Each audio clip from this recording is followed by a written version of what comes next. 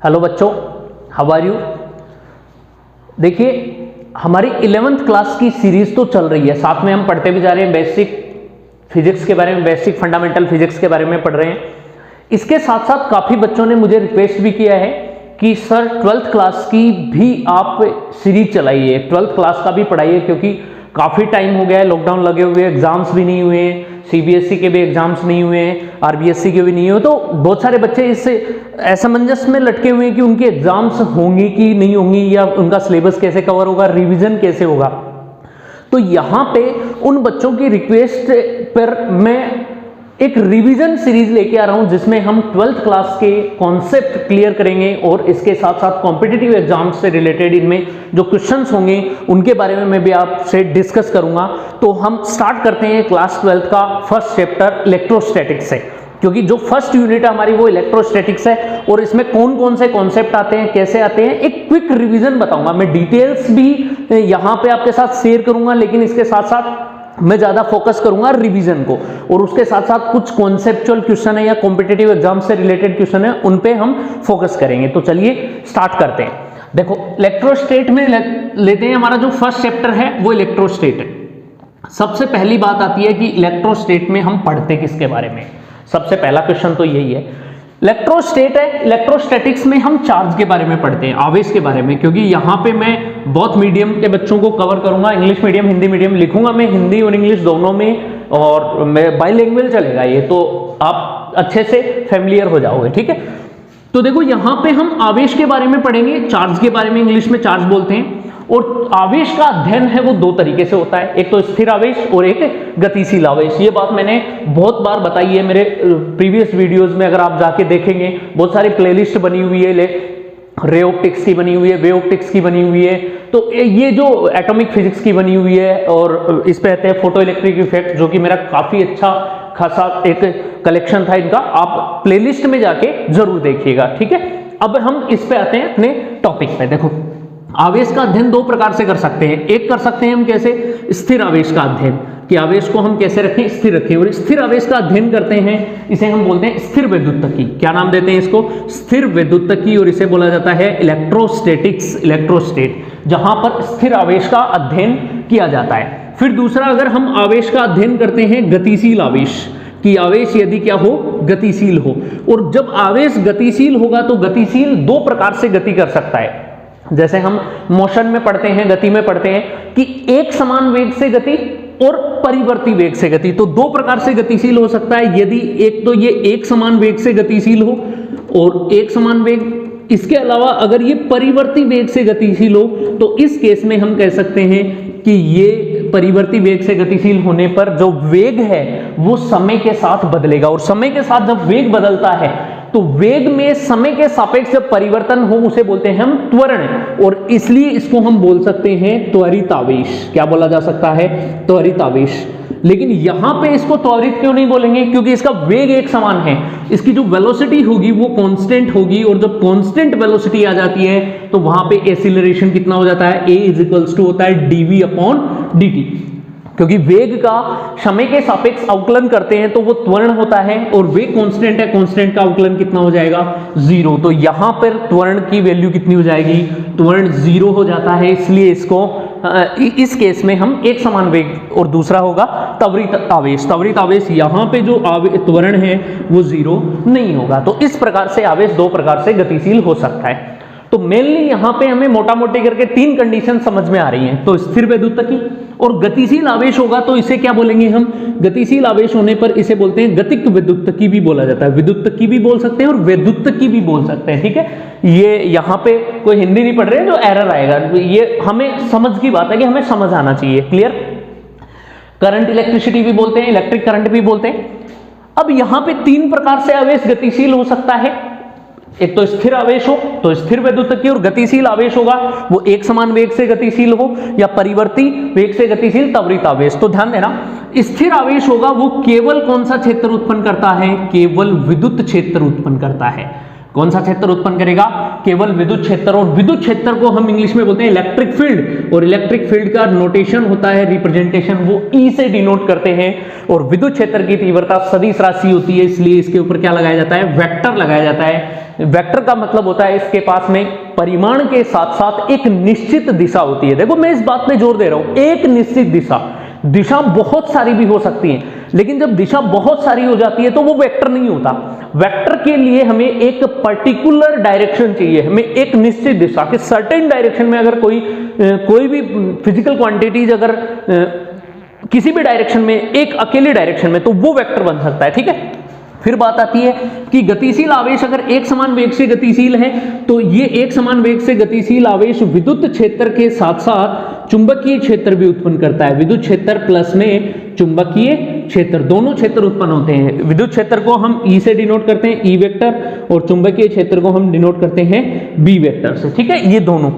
लेकिन जो त्वरित आवेश होता है, वो त्वरित आवेश विद्युत क्षेत्र और चुंबकीय क्षेत्र के साथ साथ एक तरंग भी निकालता है, और उसे हम बोलते हैं विद्युत चुंबकीय तरंग, जो कि विद्युत क्षेत्र और चुंबकीय क्षेत्र के संयुक्त अध्यारोपण के कारण यहां से उत्पन्न होती है। तो क्या निकलता है, यहां पे त्वरित आवेश होगा वो विद्युत क्षेत्र के साथ साथ चुंबकीय क्षेत्र भी बनेगा, और इसके साथ साथ यहां पे ईएम वेव्स भी निकलती हैं, इलेक्ट्रोमैग्नेटिक वेव्स। ठीक है, ये मैंने डिटेल से आपको इलेक्ट्रोमैग्नेटिक वेव वाला जो चैप्टर मैंने चलाया था उसकी 2-3 क्लिप्स बनाई थी, उसमें आप जाके देखिएगा, डिस्क्रिप्शन में लिंक मिलेगा, वहां से आप इसको डिटेल से समझ सकते हो। जो विद्युत चुंबकीय तरंग की दिशा दी जाती है वो कैसे देते हैं, हम ई क्रॉस बी से देते हैं, E vector cross B vector. ये वेक्टर एडिशन, वेक्टर मल्टीप्लीकेशन है। वेक्टर मल्टीप्लीकेशन दो प्रकार से पढ़ सकते हैं, एक तो डॉट गुणा होता है और एक क्रॉस गुणा होता है। डॉट गुणा होता है वो अदिश गुणनफल कहलाता है, और क्रॉस गुणा सदिश गुणनफल। तो ये एक सदिश राशि होती है, और इनके सदिश गुणनफल की जो दिशा होती है वो दोनों सदिशों के लंबवत होती है, ई के भी लंबवत और बी के भी लंबवत। तो ये था चार्ज। फिर बात आती है कि चार्ज है वो कितने प्रकार के होते हैं, तो चार्ज होते हैं वो दो प्रकार के होते हैं। मैं क्विक रिवीजन ले रहा हूं, मैं डिटेल्स में नहीं जा रहा। चार्ज होंगे, यहाँ पे आवेश होते हैं, वो आवेश कितने प्रकार के हैं, दो प्रकार के। एक होता है धनावेश पॉजिटिव चार्ज, और दूसरा होता है नेगेटिव चार्ज ऋणावेश। ठीक है, ये भी वैल्यूज लिखते हैं, इसको बोलते हैं हम धनावेश, और एक होता है ऋणावेश। अब इसकी खोज किसने करी, सबसे पहले आवेश की उत्पत्ति यूनानी साइंटिस्ट थेल्स ने बताई थी। थेल्स ने एम्बर के टुकड़े, रेजिन है, रेजिन होती है एक प्रकार की, और रेजिन मतलब भौलक, अगर केमिस्ट्री की लैंग्वेज में बताऊं मैं, एक भौलक होता है जो रेजिन बनती है, उसको बिल्ली की खाल समूर से रगड़ा था, तो यहाँ पर कुछ स्पार्किंग हुई थी, आवेश के बारे में पता चला। तो बुला बुला ये पूरी स्टोरी है, ये आपको अच्छे तरीके से आपने पढ़ी है। ठीक है, फिर बात आती है कि बेंजामिन फ्रैंकलिन ने प्रयोग किया था, जो कि कांच की छड़ ली थी और आबनूस की छड़ ली थी, उनको रेशम के कपड़े, कांच की छड़ को रेशम के कपड़े से रगड़कर यहां पे ये देखा था कि दोनों ही आवेशित हो जाती है, और दोनों पर समान आवेश परंतु विपरीत प्रकृति का आवेश प्राप्त होता है। परिमाण में समान होगा, विपरीत प्रकृति का आवेश। तो वो आवेश दो प्रकार से कौन कौन थे, तो आवेश की धनावेश ऋणावेश के बारे में किसने बताया, बेंजामिन फ्रैंकलिन ने बताया था। और बेंजामिन फ्रैंकलिन से पहले यहां पे आवेश की उत्पत्ति किसने दी थी, यूनानी साइंटिस्ट थेल्स ने बताया था। क्लियर है, और एक गिलबर्ट भी आए थे थेल्स के बाद में, एक साइंटिस्ट थे गिलबर्ट। गिलबर्ट ने भी आवेश को दो प्रकार से डिवाइड किया था, एक धनावेश और ऋणावेश, बाद में नाम पड़ा, उससे पहले था वेटिरस रेजिनस। वेटिरस था धनावेश का नाम और रेजिनस था ऋणावेश का नाम, तो ये ध्यान रखना।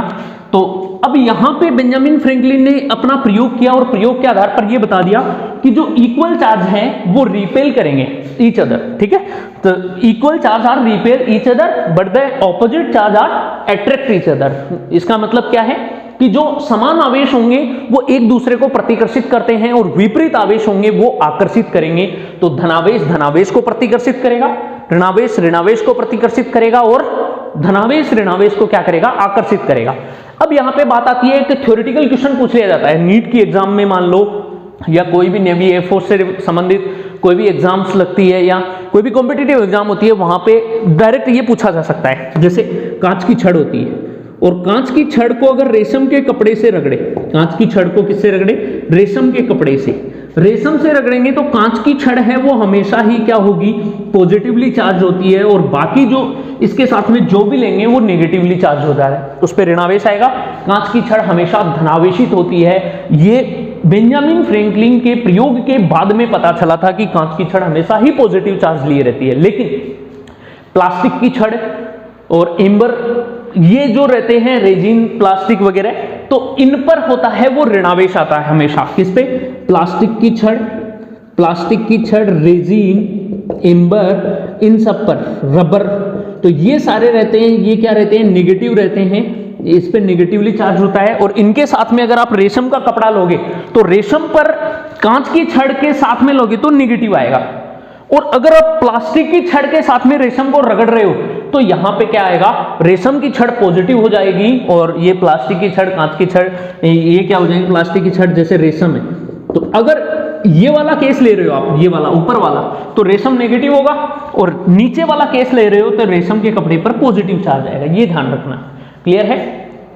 तो जब दो वस्तुओं को आपस में रगड़ा जाता है तो उनमें समान परिमाण के और विपरीत प्रकृति के आवेश की उत्पत्ति होती है, उसे हम बोलते हैं घर्षण विद्युत्तकी, क्योंकि वो आवेश है दो वस्तुओं को और परस्पर रगड़ने के पश्चात उत्पन्न होता है। जैसे मान लो इस प्रकार से रगड़ा जाता है तो घर्षण हो रहा है, इन दोनों के बीच में फ्रिक्शन, और फ्रिक्शन की वजह से अगर कोई भी आवेश आता है तो उसे बोलते हैं घर्षण विद्युत्तकी। क्लियर है? तो इस प्रकार से ये जो विद्युत्तकी है वो क्या कहलाती है? घर्षण विद्युत्तकी कहलाती है। घर्षण विद्युत्तकी, ठीक है, ये भी एक शब्द है, बहुत अच्छा है। तो इस प्रकार से यूज होता है। फिर यहां पे बात आती है आवेश के मात्रक क्या क्या होते हैं। आवेश के मात्रक होते हैं वो 4 मात्रक लिए गए हैं बेसिकली। तो यहां पे आवेश का मात्रक क्या माना गया? अगर मैं बात करूं मात्रक की, तो आवेश का जो एसआई या एमकेएस मात्रक है वो लिया गया कूलाम, और कूलाम का रिप्रेजेंटेशन है वो किससे लेते हैं? कैपिटल सी से लेते हैं। सीबी भी लिख सकते हैं इसको, कूलाम का रिप्रेजेंटेशन सी, एसआई मात्रक। फिर इसके बाद में आता है सीजीएस मात्रक। अब ये जो सीजीएस मात्रक है वो 2 प्रकार से लिए गए। सीजीएस मात्रक 2 कौन कौन से हैं? क्योंकि आवेश है वो 2 प्रकार से हो सकता है, स्थिर हो सकता है, इलेक्ट्रोस्टैटिक में हो सकता है, और गतिशील हो, मतलब यहां से विद्युत क्षेत्र के साथ साथ चुंबकीय क्षेत्र भी उत्पन्न करेगा, तो ये क्या होगा? गतिशील आवेश होगा, तो इलेक्ट्रोमैग्नेटिक यूनिट होगी। तो सीजीएस 2 होते हैं, एक होती है ईएसयू यूनिट और दूसरी होती है ईएमयू यूनिट। ईएसयू यूनिट होती है इलेक्ट्रोस्टैटिक यूनिट, स्थिर विद्युत मात्रक। क्लियर है? कौन सा होगा ये? स्थिर विद्युत मात्रक ये। और ईएमयू होगा इलेक्ट्रोमैग्नेटिक यूनिट, इसको बोलते हैं विद्युत चुंबकीय मात्रक। स्थिर विद्युत मात्रक होता है, ये होता है स्टेट कूलाम, स्टेट कूलाम। और जो ईएमयू मात्रक होता है इसको बोलते हैं परम कूलाम, ये होता है परम कूलाम। इस प्रकार से तो एसआई मात्रक है कूलाम, और सीजीएस मात्रक 2 होते हैं, ईएसयू, एमयू, स्टेट कूलाम और परम कूलाम। क्लियर है? और एक होता है इसका आवेश का प्रायोगिक मात्रक, जो कि सबसे बड़ा मात्रक होता है, जो कि काफी यूजफुल होता है। जैसे हम बात करते हैं इलेक्ट्रिक ग्रिड वगैरह में बात करते हैं, तो जहां पे आवेश गति करता है इलेक्ट्रिक ग्रिड में, क्योंकि बिजली बनती है और बिजली वगैरह स्टोर होती है, तो वहां पर बहुत ज्यादा मात्रा में बिजली चाहिए, तो वहां पर आवेश की काउंटिंग फैराडे में की जाती है। क्लियर? तो इसका जो प्रायोगिक मात्रक या व्यवसायिक मात्रक बोले तो वो होता है फैराडे। अब ध्यान देना, फैराड मत बोलना है, यहां पे फैराड होता है वो धारिता का मात्रक होता है, फैराडे होता है ये। इस प्रकार से तो ये 4 मात्रक होते हैं।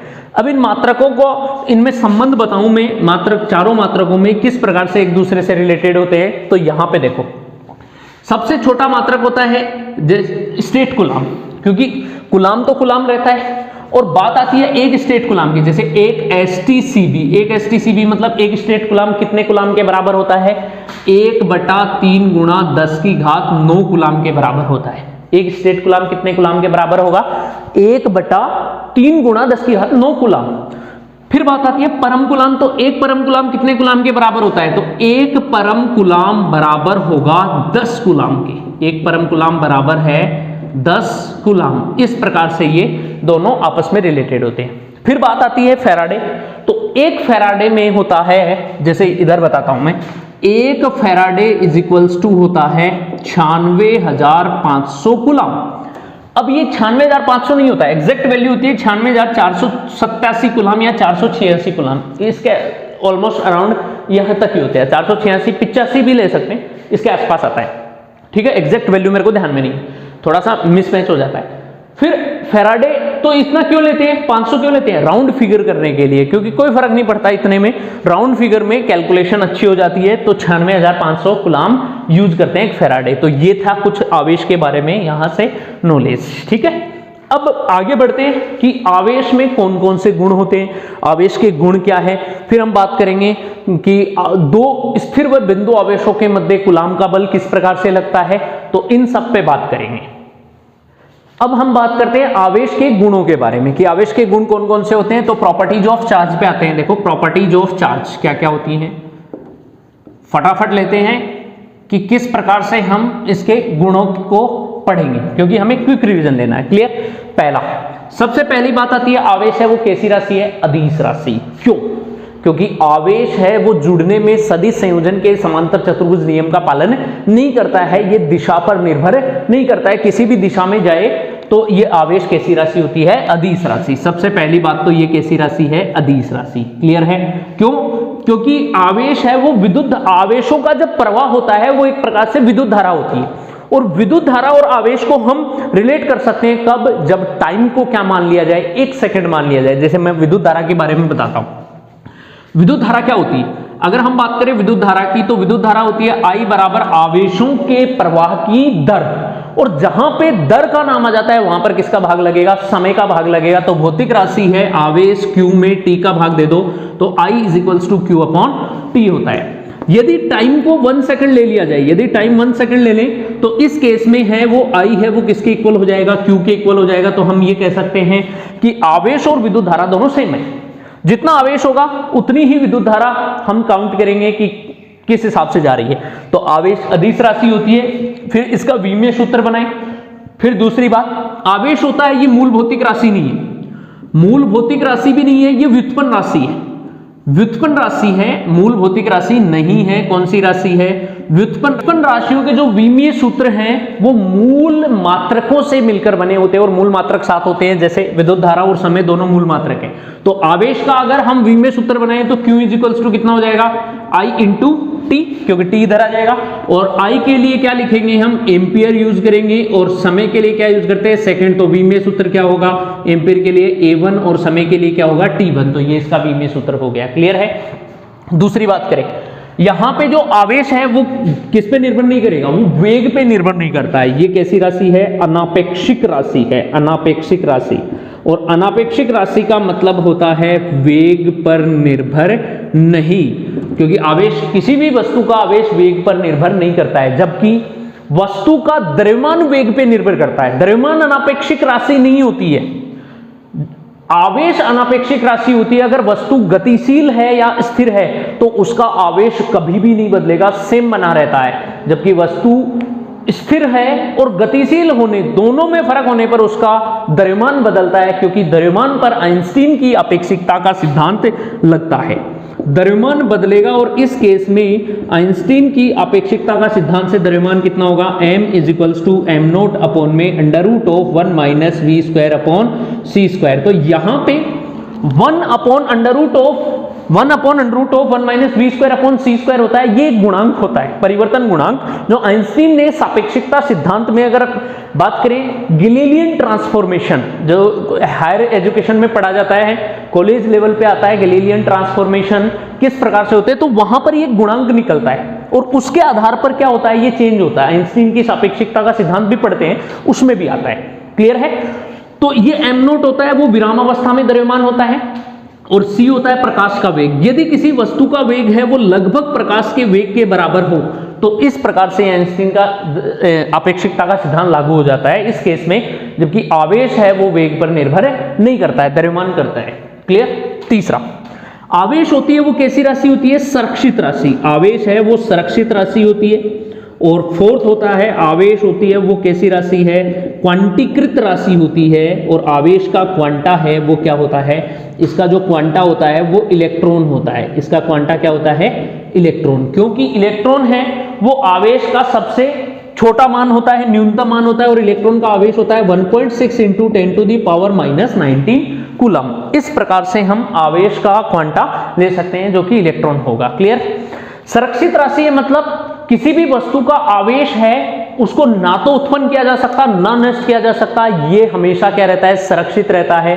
जैसे नाभिकीय अभिक्रियाओं की बात करें, या फिर रेडियो एक्टिव विखंडन हो जाए, नाभिकीय विखंडन बोले उसमें, फिर गामा किरणें निकलती है तो युग्म उत्पादन का निर्माण होता है, उसमें भी अभिक्रिया से पहले और अभिक्रिया होने के पश्चात का कुल आवेश है वो हमेशा क्या रहता है, संरक्षित रहता है। तो आवेश कैसी राशि है, संरक्षित राशि है। क्लियर है? तो आवेश क्वांटीकृत राशि होती है, इस प्रकार से निकलती है इलेक्ट्रॉन। किसी भी वस्तु पर आवेश का जो मान होता है वो इलेक्ट्रॉन के आवेश का पूर्ण गुणज होना चाहिए। तो इसके लिए क्या होना चाहिए, इलेक्ट्रॉन के आवेश का पूर्ण गुणज मतलब किसी भी वस्तु का आवेश Q है वो प्लस माइनस n इंटू ई, इलेक्ट्रॉन के आवेश का पूर्ण गुणज मतलब पूर्णांक संख्या से गुणा करेंगे, और प्लस माइनस बताता है, प्लस है तो धनावेश है और माइनस है तो ऋणावेश होगा। तो ये किसी वस्तु का आवेश इस प्रकार से रिप्रेजेंट किया जाता है। तो फॉर्मूला क्या हो गया, Q is equals to n into में E, और n होती है यहां पे क्या, इलेक्ट्रॉनों की संख्या, इलेक्ट्रॉनों या प्रोटॉनों की संख्या, ये क्वांटा होता है। ठीक है? और क्वांटीकृत राशि है सबसे न्यूनतम मान। क्वांटा किसे बोले जाते हैं, यदि किसी भौतिक राशि का सबसे न्यूनतम मान है तो उसे बोला जाता है क्वांटा। तो इस प्रकार से ये होते हैं आवेश के गुण। अब नेक्स्ट लेक्चर में हम बात करेंगे कूलाम के नियम की बात करेंगे। दो स्थिर आवेशों के मध्य कूलाम का प्रतिकर्षण आकर्षण नियम किस प्रकार से लगता है, बल कैसे लगेगा, और उससे रिलेटेड कॉम्पिटिटिव लेवल के क्वेश्चंस भी सोल्व करेंगे। तब तक आप देखते रहिए, हमारे साथ बने रहिए, वीडियो को लाइक कर दीजिए, चैनल को सब्सक्राइब करना बिल्कुल मत भूलिएगा, अपने दोस्तों के साथ शेयर जरूर कीजिए। Thank you.